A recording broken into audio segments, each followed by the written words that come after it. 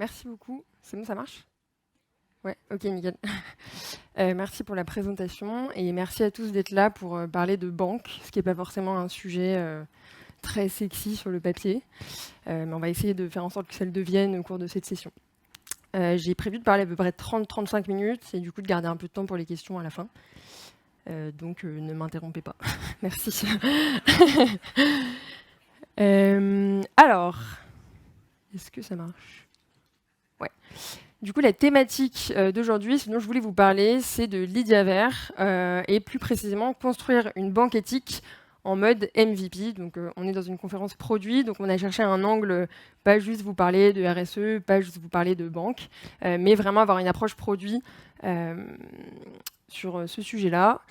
Donc, avant de rentrer plus dans les détails, une question un peu bête, mais est-ce que vous connaissez Lydia? Et est-ce que vous connaissez vraiment Lydia?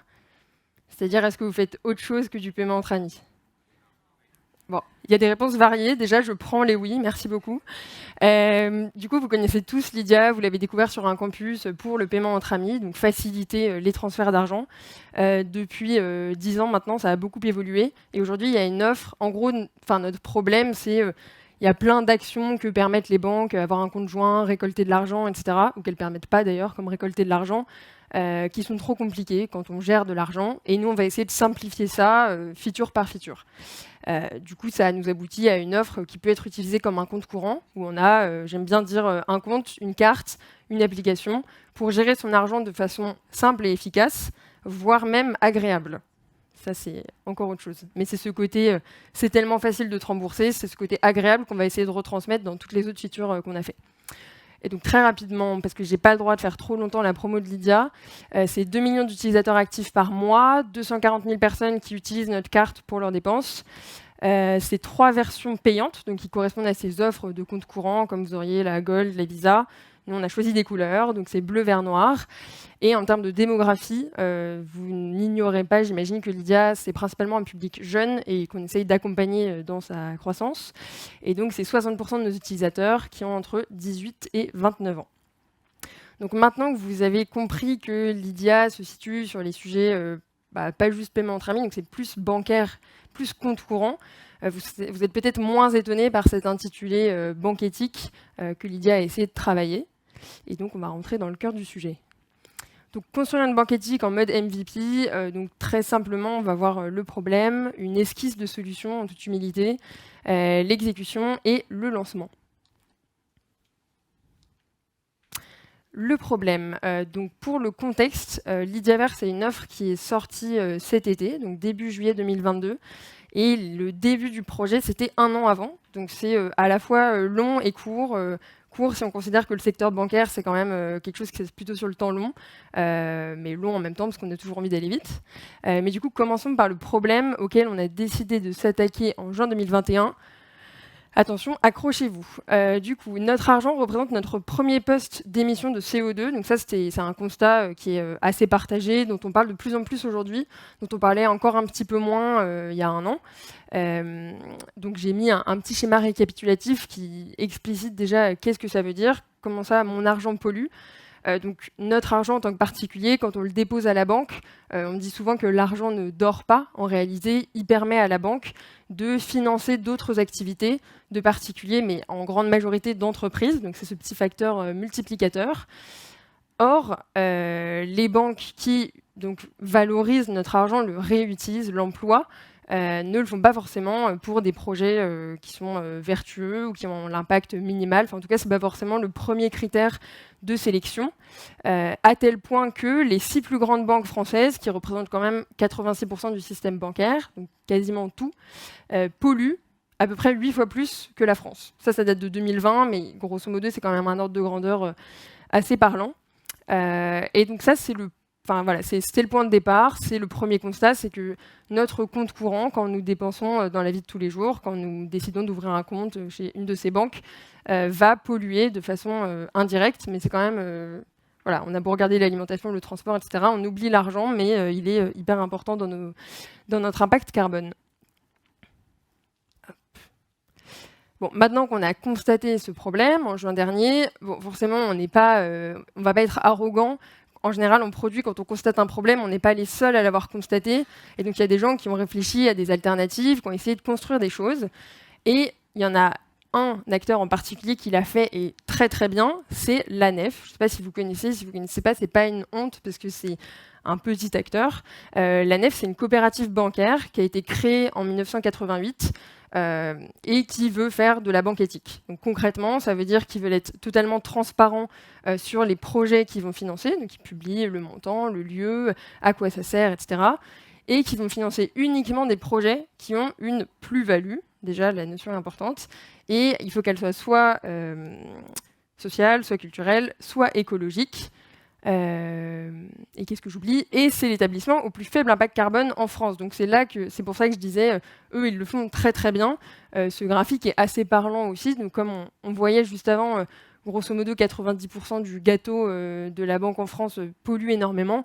Et la nef, eux, très peu. Donc ça, c'est pour 1 euro investi, l'impact carbone de la nef par rapport aux autres. Donc cette alternative, elle est super. Donc c'est bon, on n'a plus besoin d'en parler. La nef trouve déjà la solution, on peut s'arrêter là. Sauf que, ça c'est la petite croix en bas, la nef à ce jour propose uniquement des livrets d'épargne. Et donc, c'est déjà bien, hein, c'est une super alternative pour commencer, mais c'est pas total. Le problème n'est pas totalement résolu.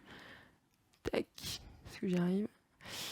Donc pour la partie compte courant, la question comment est-ce qu'on fait pour avoir quelque chose d'éthique, un impact environnemental moindre avec mon argent et avoir un compte moderne, se pose toujours. On a potentiellement résolu la question pour l'épargne, mais pas pour le compte courant.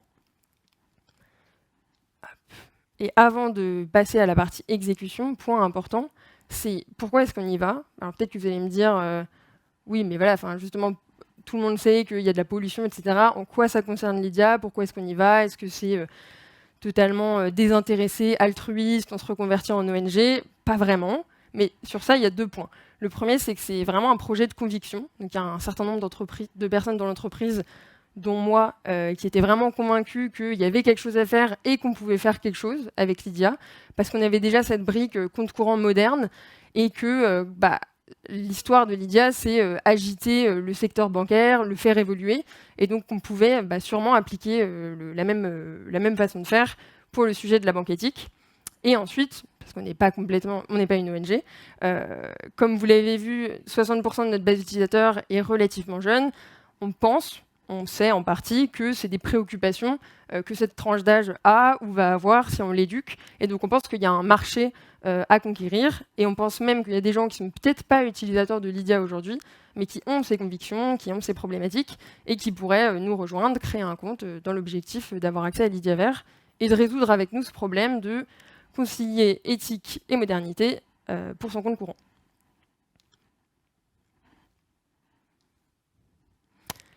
Passons à la solution, avec un point d'interrogation parce que c'est jamais facile.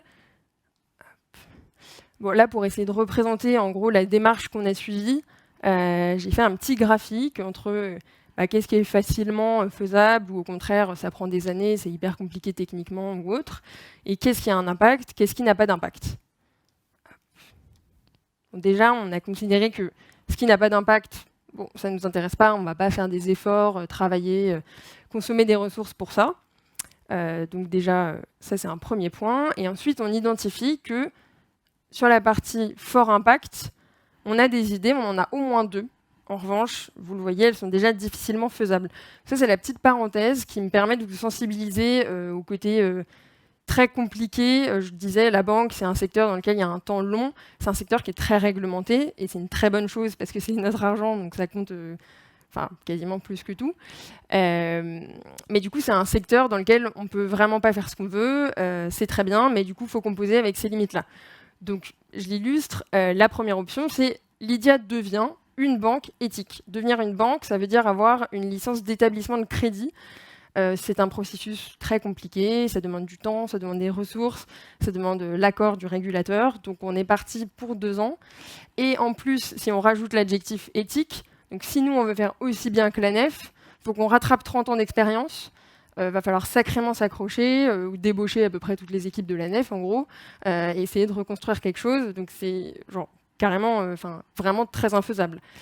La deuxième option, c'est que l'ANEF, elle, devient une banque, puisqu'elle n'est pas non plus établissement de crédit à ce jour, et Lydia s'adosse à l'ANEF. Mais là, encore une fois, ça nous paraît compliqué, même si c'est une option tentante, pour la simple et bonne raison que nous ne sommes pas l'ANEF, et qu'a priori, on ne peut pas vraiment les forcer à entamer un processus de 2 ans pour devenir un établissement de crédit. Donc on a listé ces options, elles ont un super impact, mais a priori, ça va être compliqué. Et donc là se pose la question, et si on arrivait sur ce sujet un peu, pas évident, de l'éthique, de la finance éthique, et dans un secteur assez réglementé, à passer en mode MVP, à construire une première esquisse de solution, un premier produit, et à voir où ça nous mène. Donc là, j'ai remis la problématique de base, vous vous en souvenez, qui était comment concilier éthique et modernité pour son compte courant. Le constat, quand on regarde en mode MVP, c'est que sur la partie éthique, notre référence, ça va vraiment être l'ANEF. Et aujourd'hui, ils le font. Ils ont cette expertise, ils ont ces circuits, ils connaissent des gens, les gens viennent les voir pour faire financer des projets qui répondent à ces critères. Donc il y a quand même quelque chose qui est assez avancé sur ce point-là. Sur la partie modernité, je vous l'ai brièvement expliqué au début, et on en reparlera après si vous voulez. Nous, on est convaincus que Lydia, c'est un compte courant moderne, qu'en tout cas, ça me permet de gérer de façon vraiment très simple, très efficace, tous les sujets d'argent pour ma vie quotidienne. Donc, on a en gros 2 acteurs qui, s'ils étaient rassemblés, nous permettraient vraiment de régler ce problème-là. Et donc, le trick qu'on trouve, c'est que, j'explique les images, Lydia, donc c'est cette carte bleue, donc concrètement le compte il existe, on a un compte bleu, un compte noir, on peut tout à fait créer un autre item dans notre service back-end, pour avoir un autre type de souscription qui propose notre offre. L'ANEF, eux, propose des livrets d'épargne à destination des entreprises. Et donc là, ce qu'on se dit, c'est OK, donc si demain Lydia ouvre un livret d'épargne en tant qu'entreprise et place les fonds qui dorment sur les comptes Lydia Vert sur ce livret d'épargne, est-ce que l'ANEF pourrait pas du coup avoir plus de capacité de financement? Je ne sais pas si vous m'avez suivi, mais du coup c'est pas le même argent, mais c'est la même somme. Donc on peut dire on compense, mais j'aime pas ce mot parce qu'il est souvent c'est négatif. Mais donc en gros, on fait en sorte que ce soit équivalent. Si j'ai 10 € qui dorment sur mon compte, ces 10 €, ils sont posés par Lydia sur le compte l'ANEF Pro. Et donc l'ANEF a ces 10 € en plus qu'elle peut leverager pour aller financer d'autant plus de projets. Donc c'est un peu tiré par les cheveux, mais c'est souvent le cas pour les MVP. Et du coup, voilà, on arrive à cette idée de, en fait, on pourrait créer Lydia Vert comme ça. Et ça, en réalité, cette souscription à créer, en vrai, c'est pas si compliqué. Oui, c'est un peu de travail, mais ça se fait totalement. Créer le compte l'ANEF Pro, ça se fait. Mettre en place le mécanisme, c'est pas très compliqué. Du coup, ça passe dans le assez facilement faisable, fort impact. Et donc, on aboutit à cette proposition. On se dit, avec Lydia Vert, on pourra vraiment proposer à nos utilisateurs d'avoir un compte courant qui est moderne et efficace, tout en sachant que quand il y a de l'argent qui dort, il va vraiment être valorisé par l'ANEF et vraiment venir augmenter leur levier d'action. Je passe sur la partie exécution, sur laquelle, maintenant que je vous ai donné le contexte, je vais approfondir un petit peu, parce que c'est, on va dire, le plus intéressant. Hop. Donc sur Lydia Vert, ce qu'on a identifié assez rapidement, c'est qu'il y aurait 2 chantiers. Un chantier assez évident, j'en ai parlé, il faut mettre des choses en place, il faut créer une souscription, il faut ouvrir un livret. Il y a des choses à faire pour qu'on puisse dire aux gens, ça y est, ça marche, tu peux t'inscrire, le produit est live, il fonctionne. Il y a un autre chantier, et c'est de ça qu'on va beaucoup parler, c'est le go-to-market. Très vite, en juin dernier, donc quand on se dit il y a un sujet à faire, on sait aussi, on a un peu la goutte au front, que c'est quand même pas un sujet facile. On n'est pas en train de dire, je ne veux pas faire d'exemple parce que j'en ai pas, mais on n'est pas en train de dire qu'on va régler un problème facile, consensuel, tout le monde est d'accord, on a trouvé la solution, c'est parfait. Bon, c'est un sujet que grosso modo on va développer après, mais tout le monde a une opinion différente. Les gens n'aiment pas qu'on les culpabilise, mais en même temps ils n'aiment pas que ça ait l'air trop enfantin. Donc ça va être très compliqué, et donc il va falloir qu'on planche sur ce go-to-market pour identifier notre cible, à qui on s'adresse précisément, quel est l'argumentaire, qu'est-ce qu'il faut éviter, et pas se planter. Ça, c'est un élément de contexte pour vous situer l'offre. Je vous parlais de Lydia Bleu, Lydia Noire. Donc Lydia Vert vient s'insérer dans cette proposition et propose grosso modo les mêmes standards sur le compte, avec la particularité qu'on a rajouté le service client par téléphone pour permettre aux gens que ce ne soit pas juste un compte secondaire, mais vraiment qu'ils puissent y aller à fond. Et du coup, cette partie que j'ai appelée garantie de financement de projet à impact positif uniquement, c'est cette garantie apportée par les compétences de la nef. Et vous le remarquez, ça a un prix, et c'est plus cher que Lydia Bleu, et ça fera partie des sujets qu'on a testés ensuite dans notre go-to-market. Est-ce que ce sera accepté? Est-ce que ça ne va pas passer? On verra. Donc comme je le disais, c'est un sujet chaud, et sur ce go-to-market, on se pose des questions. Quelle va être la cible? Quel argumentaire est-ce qu'il faut développer? Est-ce qu'il y a des prérequis? La banque éthique, j'ai quand même fait pas mal de slides d'introduction sur le sujet pour que tout le monde soit au parfum. C'est peut-être pas le cas de la population. Donc, est-ce qu'il faut éduquer, parler de la nef? Et grosso modo, qu'est-ce qu'il faut faire? Qu'est-ce qu'il ne faut pas faire?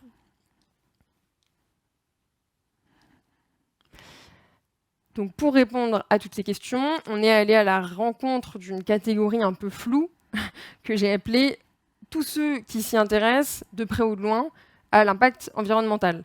Et cette catégorie, on l'a découpée en 4 sous-catégories, avec plus ou moins de cœurs, selon qui sont plus ou moins dans notre cible. Donc il y a celui qui cherche déjà Lydia Vert, quelqu'un qui a Lydia ou pas, mais qui en gros a fait un peu le même travail que nous, c'est-à-dire qu'il a regardé grosso modo toutes ses façons de consommer, etc. Il s'est dit où est-ce que je peux réduire mon impact. Et puis une fois qu'il avait fait des efforts partout, il a soulevé le tapis, il a vu la banque, il s'est dit mince, il reste ça, et il n'a pas forcément trouvé d'alternative parfaite parce que il a quand même envie d'avoir un compte en banque qui est suffisamment efficace, suffisamment moderne, il n'est pas prêt à faire des concessions partout. Lui, c'est une pépite. Le deuxième, c'est celui qui cherchera Lydia Vert dans quelques années. Donc, comme je le disais, il y a beaucoup de nos utilisateurs qui sont assez jeunes. Quand on a 18 ans, on ne se pose pas forcément la question, en effet, de l'empreinte carbone de son argent. On ne se pose pas forcément la question de pourquoi je suis dans telle banque. Souvent, c'est les parents qui l'ont choisi. Et donc, ce n'est pas forcément une population qui va être très sensible à ça tout de suite. Mais par contre, dans 2 ans, peut-être qu'elle sera hyper sensible. Et si on lui en parle dès aujourd'hui, elle peut être vraiment très motivée pour nous suivre dans ce projet. La troisième catégorie, c'est celui qui ne cherche pas, mais qui peut être convaincu.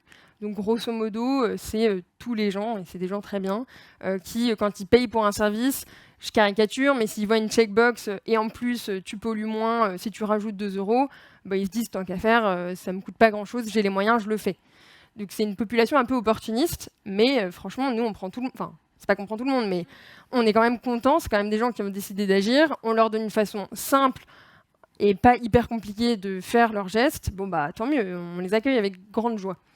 Et les derniers, qui vont clairement pas être les moteurs, ceux qui attendent de voir, c'est ceux qu'il va falloir embarquer avec la masse, mais en tout cas, on sait que ça va pas être des early adopters, c'est plutôt le marché qu'on va conquérir s'il y a un vrai engouement avec les 3 catégories précédentes.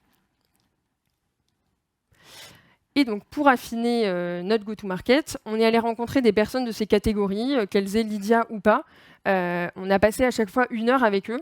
Et on a orienté les questions autour de 3 axes. Le premier axe, bien entendu, c'est Lydia. Donc, est-ce que tu utilises Lydia? Comment? Est-ce que tu as confiance en Lydia pour verser ton salaire demain sur Lydia? N'utilisez plus que la carte Lydia, que ce soit vraiment ton compte courant pour que ça puisse avoir l'impact dont on a besoin. Le deuxième point, c'est la banque éthique. Est-ce que tu es au courant que ton argent, aujourd'hui, a une empreinte carbone, que le système bancaire français fonctionne comme ça actuellement? Est-ce que ça te pose un problème ou est-ce que tu t'en fiches? Est-ce que tu as envie de changer ça ou est-ce que, question typiquement légitime, ou est-ce que tu préfères, toi, aller faire de l'investissement à titre individuel pour des sociétés que tu trouves vertueuses, mais par contre, ton compte courant, tu n'as pas envie de t'en occuper? Et le dernier axe, c'est maintenant je te présente Lydia Vert, le prix, les fonctionnalités que tu as à l'intérieur comme n'importe quel compte Lydia, la nef et sa proposition. Et qu'est-ce que tu en dis? Est-ce que ça t'intéresse? Et surtout, si ça t'intéresse, qu'est-ce qu'il faut que je te dise demain si j'essaye de t'alpaguer dans la rue qui va pour inspirer ta confiance? Et qu'est-ce qu'il faut surtout pas que je te dise? Sinon, tu vas en gros me jeter des tomates et me dire que je fais du greenwashing. Ça, c'est nos 3 axes qui nous ont appris pas mal de choses. Ça, c'est un verbatim de moi. Donc, c'est il y a un besoin. On vient de faire les 13 interviews. Il y a un besoin, mais ça va vraiment pas être simple. Donc, ça, c'est un peu le fil conducteur. C'est très compliqué. Il n'y a pas de solution clé en main, mais il y a bien un besoin, donc on va y aller. Donc là, j'ai listé un certain nombre d'apprentissages. Le premier, je l'ai dit déjà, vous l'avez beaucoup entendu, c'est que l'impact environnemental, le fait de s'engager, etc., d'essayer de réduire son empreinte, c'est un sujet qui est très polémique. Chacun a sa vision et à chaque fois qu'on présente quelque chose, il y a toujours quelqu'un pour dire bah, « moi, je ne me sens pas concerné, c'est pas ça ma vision des choses ». Dans ces interviews, on a rencontré, je caricature, mais un écolo ingé, un écolo militant, quelqu'un qui dit que ça l'intéresse mais le traduit pas du tout dans ses actions. Donc voilà, vraiment un panel assez varié de personnes qui font partie de cette masse qui s'y intéresse, mais qui ont en fait des visions très conflictuelles. Le seul point commun, c'est qu'ils sont tous d'accord pour se dire il y a un truc à faire et j'aimerais bien faire quelque chose. Le deuxième apprentissage, c'est que au lieu d'avoir 4 catégories comme je vous l'ai présenté avant, on peut en réalité se limiter à 2 personas. Un persona impliqué, qui en gros a déjà fait un vrai chemin intellectuel et va nous dire des choses comme moi je cherche une banque qui joue son rôle dans la société, donc qui va financer des activités qui ont du sens dans un territoire. Donc, je ne sais pas vous, mais moi je ne dis pas ça tous les matins, donc c'est quand même des gens qui se sentent très impliqués sur le sujet. Et c'est super. Et un deuxième persona qui est pour le coup plus opportuniste, notamment parce qu'il ne se sent pas assez renseigné, pas assez maître de la situation, et qui va nous dire des choses comme je sais que mon argent ne dort pas, je sais qu'il est utilisé, mais je ne sais pas trop sur quoi ou de quelle manière, ça m'intéresse, mais en gros, j'ai besoin qu'on m'aide, parce que là, comme ça, je ne me sens pas suffisamment armé pour faire quelque chose tout seul. Le troisième apprentissage, c'est que l'approche active est beaucoup plus convaincante que l'approche défensive. Donc là, je donne un petit exemple. Nous, c'est une question qu'on s'est posée au début sur l'argumentaire de Lydia Vert. En fait, on peut le présenter de 2 manières. On peut se dire, grâce à Lydia Vert, plus un seul de tes euros ne contribuera à financer des projets d'exploitation du pétrole offshore qui ne sont peut-être pas en accord avec tes convictions. Ça, c'est vraiment l'approche défensive, c'est « je veux plus de ça ». Et l'approche plutôt active, c'est de se dire c'est super, désormais tes euros peuvent contribuer à financer des projets qui ont une vraie plus-value, qu'elle soit sociale, culturelle et écologique. Et en réalité, on se disait les 2 discours peuvent être pratiques pour s'adresser soit à l'opportuniste, soit à l'impliqué. Peut-être que l'un va être plus sensible à un des arguments que l'autre. Ce qu'on a appris, c'est que l'argument acteur est vraiment le grand vainqueur du contest, parce que pour les impliqués, en gros, le côté défensif, c'est le strict minimum. Si on ne fait pas ça, on ne fait pas grand-chose. Et pour les opportunistes, ils vont plutôt être motivés par ce côté j'ai un impact, je vois que c'est concret, c'est pas juste défensif, c'est pas juste passif. Le 4e apprentissage, c'est qu'on a un certain nombre d'arguments qui sont vraiment chocs, qui suscitent vraiment un fort engouement pour les gens à qui on a parlé. C'est la transparence, le concret et la mise en avant de l'expertise de l'ANEF. Donc, comme je vous l'avais dit au tout début, l'ANEF publie, peut-être ou pas, j'ai oublié, en tout cas je vous le dis maintenant, l'ANEF publie tous les ans la liste des projets dans lesquels, qu'elle a permis de financer. Donc vraiment le maître mot, c'est vous savez tout, c'est totalement traçable, c'est totalement transparent. Le côté concret, c'est parce que c'est transparent, je comprends ce qui se passe, et donc je suis capable de me dire alors, je ne sais pas si c'est mon euro ou celui de mon voisin qui a été leveragé pour tel projet, mais je sais grosso modo que peut-être que le Biocoop qui a ouvert à côté, il a été financé en partie avec mon argent, ça devient concret. C'est des projets qui sont en immense majorité en France, il y en a quelques-uns en Belgique, mais donc ça devient très tangible. C'est des choses que je peux croiser dans mon quotidien. C'est une unité de méthanisation en Pays de la Loire. Bon, c'est concret, en vrai, je peux y aller, je peux la voir. Et le 3e point, c'est l'expertise de l'ANEF. Tant pour nos utilisateurs qui connaissaient l'acteur que pour ceux auxquels on l'a présenté, c'est vraiment très convaincant et très important pour eux de se dire il y a quelqu'un qui travaille sur le sujet depuis plus de 30 ans, qui a financé des projets, qui a affiné sa méthode de sélection, qui a un vrai retour d'expérience et qui va... voilà, c'est pas quelqu'un qui s'est réveillé un matin et qui s'est dit ah, je sais ce que ça veut dire l'écologie et donc je fais les trucs à ma sauce. Non, c'est vraiment un groupe de personnes qui ont réfléchi, qui appliquent une méthodologie, qu'ils ont renforcée dans le temps au point de devenir des experts. Et le 5e apprentissage, sans surprise, c'est qu'on aura un vrai challenge pédagogique pour éviter le greenwashing. Et sur ça, je le distinguerai en 2 points. Alors le greenwashing, évidemment, ça c'est une citation d'un impliqué qui nous dit « Avec tout le greenwashing qu'on voit partout, pour moi, dès que c'est vert, ça pue ». On comprend.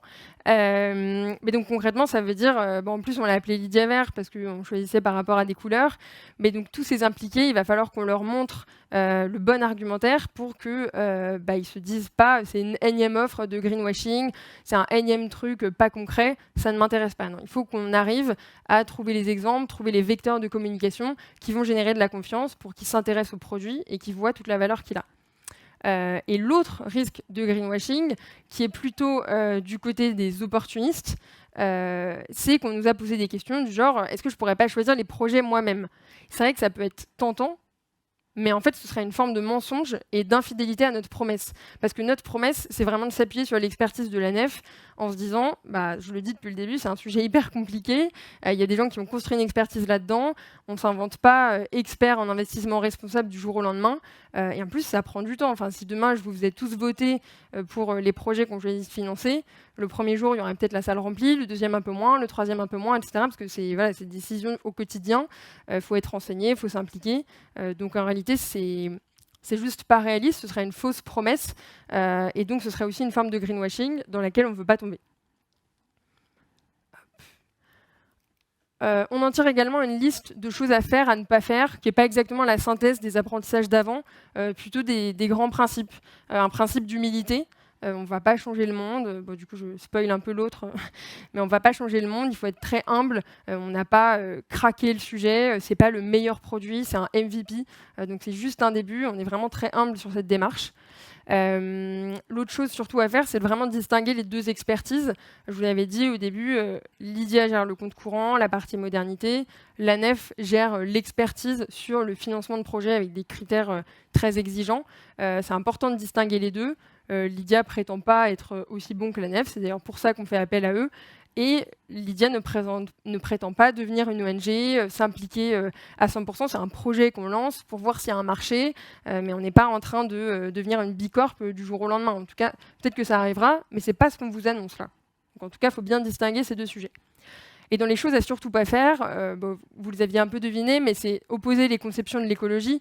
On l'a dit, il y a plein de visions, et nous, il faut plutôt qu'on se concentre sur le point de convergence de tout le monde, qui est il y a quelque chose à faire, on veut changer quelque chose, se concentrer sur ça, et pas opposer les différentes conceptions. Ne surtout pas simplifier le sujet, je l'ai dit et redit, ne pas prétendre sauver le monde comme si ça allait représenter des flux massifs. Au début, ça va être une goutte d'eau dans l'océan, mais c'est aussi l'approche MVP, on va commencer petit et voir où ça nous mène. Et le dernier point dont je n'ai pas du tout parlé avant, c'est ne pas cataloguer les utilisateurs Lydia Vert. Il y a des personnes qui nous ont dit moi, je veux bien d'un outil que je choisis, un compte courant que je choisis parce qu'il a cette vertu-là qu'on a présentée. Mais par contre, je ne veux pas un côté paternaliste où, du coup, vous allez me couper l'accès aux services de cashback, aux services d'investissement, parce que vous considérez que ce n'est pas compatible. Parce que du coup, ça nous ramène à ce côté opposer les conceptions de l'écologie. Tu as des gens qui nous disent moi, la feature investissement sur Lydia, je l'utilise pour investir dans des entreprises, pour les soutenir concrètement, parce que c'est des entreprises qui sont engagées dans la transition écologique. Et pour moi, c'est une façon de s'impliquer. Donc si demain, vous considérez que parce que je suis Lydia Vert, ça y est, je suis un bobo en Sarwell qui n'a pas le droit de faire de l'investissement, en fait, on ne va pas s'entendre et je sors de votre cible. J'ai rien contre les bobos en Sarwell. C'était juste un exemple. Hop. Et du coup, j'ai commencé à en parler, mais il y a un certain nombre de critiques qu'on a aussi identifiées, qu'il fallait absolument qu'on anticipe, tant pour construire notre discours en amont, mais aussi pour être prêt le jour du lancement. Forcément, on va s'en prendre un peu plein la gueule, il y a des gens qui ne vont pas apprécier, et quelles sont ces critiques-là qu'on va nous faire? Et là où c'est très pratique, c'est que quand on a présenté le projet en interne chez Lydia, en fait, la population des Lydians nous a tout de suite fait toutes ces critiques et donc nous a permis de noter, de préparer, de faire nos devoirs pour affiner aussi le go-to-market en interne. Donc là, j'en cite que 3, mais bon, le deuxième, je l'ai dit, c'est incompatible avec d'autres fonctionnalités. Donc on nous a posé cette question, trading et Lydiaver, est-ce que c'est compatible? Je vous ai expliqué que oui, en citant les mots d'un utilisateur. Un autre sujet, c'est si c'est vraiment éthique, ça devrait être gratuit. C'est quelque chose qu'on peut se dire, qu'on peut entendre. Moi, je vous explique notre regard sur le sujet. Lydia, c'est une entreprise qui n'est pas encore rentable. Donc déjà, il faut qu'on gagne de l'argent. Et en plus, nous, on aimerait bien que Lydiaver, ce soit un projet pérenne. Pour que ce soit un projet pérenne, il faut que nos actionnaires soient confiants dans le fait que c'est aussi quelque chose qui apporte de la valeur, tant en image de marque qu'en utilisateur actif. Et donc, si on fait quelque chose qui est vendu à perte, on n'est pas à l'abri que dans 3 ans, le board ait changé et qu'ils disent Lydiaver, vous êtes gentil, mais ça suffit, on arrête. Donc, c'est aussi un enjeu de viabilité du projet, de faire en sorte que ce ne soit pas juste quelque chose de complètement idéaliste, mais que ce soit aussi ancré dans l'économie réelle. Et le troisième point, c'est bien gentil Lydiaver, mais moi je ne serai vraiment satisfait que quand Lydia s'impliquera totalement, et donc quand tous les fonds seront placés auprès de la nef. Donc là, je l'ai... 10 minutes. Okay, merci. Donc ça, je l'ai dit en partie, mais déjà, c'est un MVP, on tente. Je vous l'ai dit au début, c'est un projet de conviction, c'est quelque chose qu'on avait envie de pousser. Encore fallait-il que la demande réponde, enfin qu'il y ait une demande, parce qu'il y a même dans nos interviews, il y a des gens qui nous ont dit oui, moi je pense que je souscrirai si ça sort. Tant qu'ils n'ont pas payé le premier mois, on ne peut pas être sûr que vraiment ils sont sincères. Enfin, ils pensent être sincères, mais on le verra dans les chiffres. Donc il fallait déjà confirmer qu'il y a une demande. Et puis nous, on n'est pas contre s'engager totalement, mais ça viendra progressivement, quoi. C'est un peu plus compliqué que ça.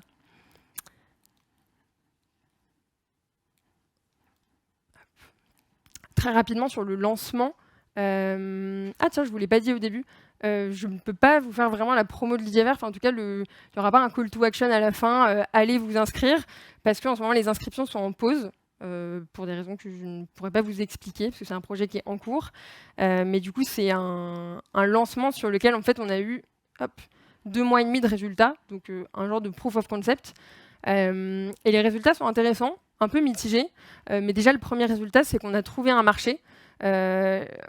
Ce que j'ai mis en deuxième bullet point est assez important. On a à peu près 15% des utilisateurs Lydiaver qui sont des gens qui ont ouvert un compte sur Lydia dans cet objectif.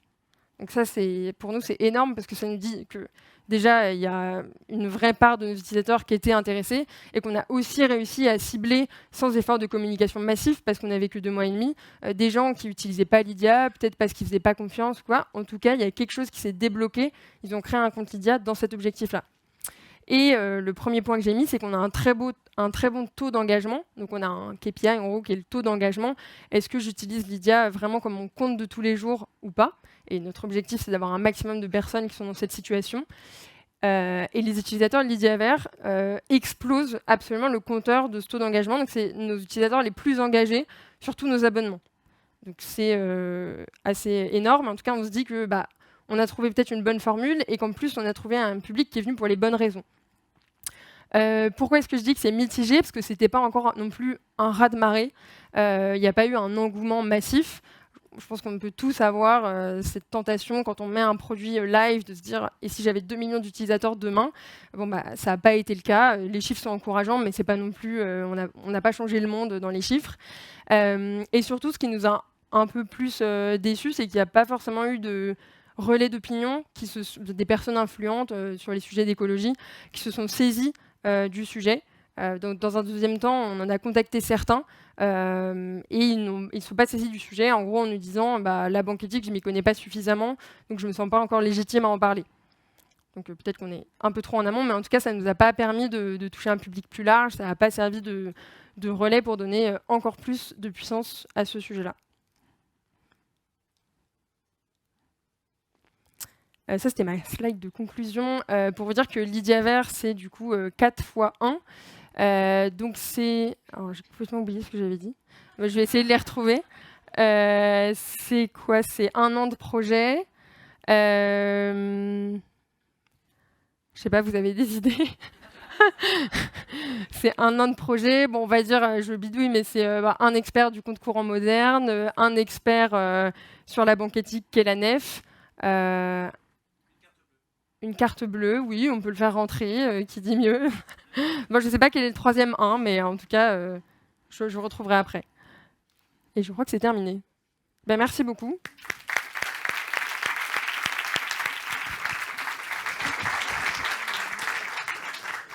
Est-ce que il y a des questions dans la salle? Oui. Déjà, merci pour le talk, c'était intéressant. Moi, j'ai un questionnement par rapport à votre méthode autour de la l'UX Research, en fait. Parce que les personnages que vous avez présentés étaient assez macro. Ouais. Et aussi, vous avez parlé d'insights qui étaient remontés en interne. Du coup, voilà, je sais pas, ça me pose question sur la méthode employée, comment vous y êtes pris, et aussi à quel point, du coup, les résultats sont parlants par rapport à ça, quoi. Je suis pas sûre d'avoir compris la question hyper. Enfin, c'est plus globalement comment on fonctionne d'habitude ou... C'est-à-dire qu'en fait, a priori, alors peut-être que là, du coup, vous n'avez pas tout dit, mais après, là, les personnages semblent un peu vagues, j'ai envie de dire. Ouais. Et peut-être que du coup, dans les résultats, ça peut expliquer pourquoi le taux d'engagement pourrait pas forcément exploser. Parce que, sur la slide, là où il y avait par exemple les 4 types de personas, en fait, c'est finalement 4 profils un peu méta, mais il n'y a pas forcément de détails, et du coup ça me pose un peu question, et aussi par rapport aux insights en interne, qui ne sont pas forcément de l'UX Research non plus. Voilà. Du coup il y a 2 questions.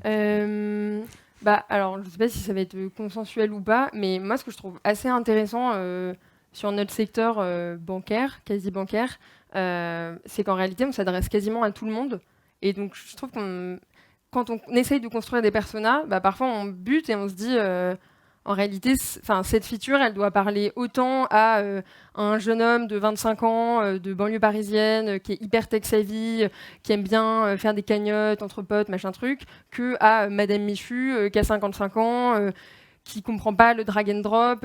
Du coup, je trouve que très rapidement, moi en tout cas, je me heurte à ces contradictions-là et à ce côté, souvent sur les pubs des banques, on voit des choses comme on vous accompagne à tous les moments de votre vie. Parfois, c'est l'achat d'un appartement, parfois, c'est une assurance vie, ça peut être à peu près tout. Et en fait, plus nous, on se positionne sur le compte courant, plus on a la même approche. Et ça se ressent aussi dans notre user research et on va plus fonctionner avec des use cases, parfois, en effet, très globaux, très méta. C'est plus, ça m'intéresse de gérer mon budget. Ça va être presque plus exploratoire parfois. Moi, là, je suis en train de préparer un truc sur demander aux gens le mot argent, ça t'évoque quoi comme émotion et voir après, ça remplace pas les tests utilisateurs, mais ce que je veux dire, c'est que ça intervient en complément. Et je trouve qu'il y a une dynamique assez intéressante sur ce secteur où finalement, on doit s'adresser à tout le monde. En tout cas, nous, c'est notre volonté. Et donc, en effet, parfois, c'est très, très global et très imprécis aussi. Je sais pas si ça répond, oui, ça mais... répond, ouais. Il y a Oui, du coup, moi j'ai une petite question assez basique sur les KPI derrière. Il y aura peut-être des prochaines étapes après le MVP. Ouais. Donc j'imagine qu'il y a le nombre d'ouvertures de création de comptes. Je me demandais s'il y en avait aussi des KPI éthiques, parce qu'on imagine une démarche un peu vertueuse. Donc est-ce que derrière, il y a des objectifs à atteindre en termes d'éthique, de projets financés? Alors forcément, là, dans ce cadre-là, c'est la nef, évidemment, Ouais. qui va donner, je pense, tout ça. Mais c'est vrai qu'après, ça peut aussi prendre le pas sur l'infrastructure, l'interface de l'application. Il y a plein d'autres choses sur lesquelles on peut agir, probablement avec un impact moindre que les projets financés, parce que ça reste des grosses industries derrière, j'imagine. Mais voilà, est-ce qu'il y a des KPI éthiques qui vont un peu aussi venir aider à guider ce produit-là? Il y a un KPI qu'on suit. En effet, la nef a une idée, en gros, une trend de croissance globale en fonction des fonds qui sont sur leur livret d'épargne, quelle est leur capacité de financement. Et donc l'idée, c'était de voir est-ce que Lydia Vert vient vraiment augmenter et à quel point est-ce que c'est significatif que ça vient augmenter ça. Donc ça, clairement, c'est un truc qu'on suit, en plus de deux KPI plus côté Lydia, mais qui sont le nombre d'ouvertures de compte Lydia Vert et le taux d'engagement que je mentionnais. Après, sur la partie éco-conception, on n'a pas de KPI en tant que tel. En vrai, en réalité, c'est surtout parce que c'est un MVP. Donc, il y a vraiment une urgence de se dire... moi, déjà, je trouve qu'un an, c'est trop long. On aurait pu faire plus rapidement quand même si on s'était bougé.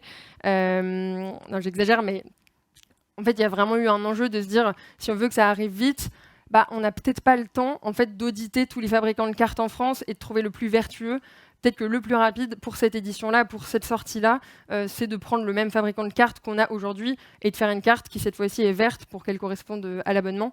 Mais donc, il y avait cette tentation et en même temps ce besoin d'aller vite. Et du coup, la façon d'aller vite, c'était en grande partie de répliquer, d'utiliser les outils actuels, en tout cas pour cette première itération. Et du coup, maintenant, c'est en fonction vraiment du nombre de créations de comptes et du taux d'engagement que vous allez voir si vous prolongez au final l'expérience, si vous allez plus loin là-dessus, quoi. Tu parles par rapport au fait que c'est en pause actuellement ? Que ça en pose, que c'est MVP au final et que forcément on a envie d'aller plus loin, quoi. Ouais, bah c'est ça, ça dépend de l'attraction, mais c'est aussi c'est aussi un projet pas simple en interne. Je ne peux pas élaborer plus, mais vous en saurez plus dans les mois qui viennent, c'est promis. On a encore le temps pour une question. On va essayer de faire une question par personne. Comme ça donne l'occasion à tout le monde de... Pardon.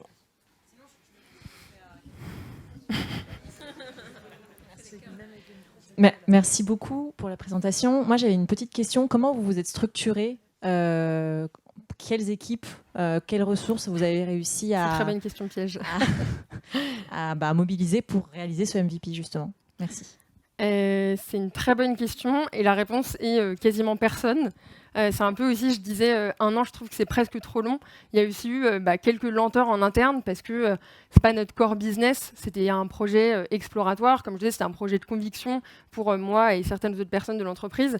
Mais il n'y avait pas non plus une raison. En tout cas, c'était pas une conviction de tout le comité exécutif de se dire c'est le projet qu'on met en premier sur la roadmap, on dédie le nombre de ressources nécessaires pour que ça sorte en 5 jours. C'était pas ça, c'était aussi des tractations en interne pour aller reconvaincre un tel si, on va vraiment planifier un grooming cette semaine, si, ça urge parce qu'on a envie que ça avance. Donc côté produit, on était seulement 2 personnes impliquées, un product designer et moi-même.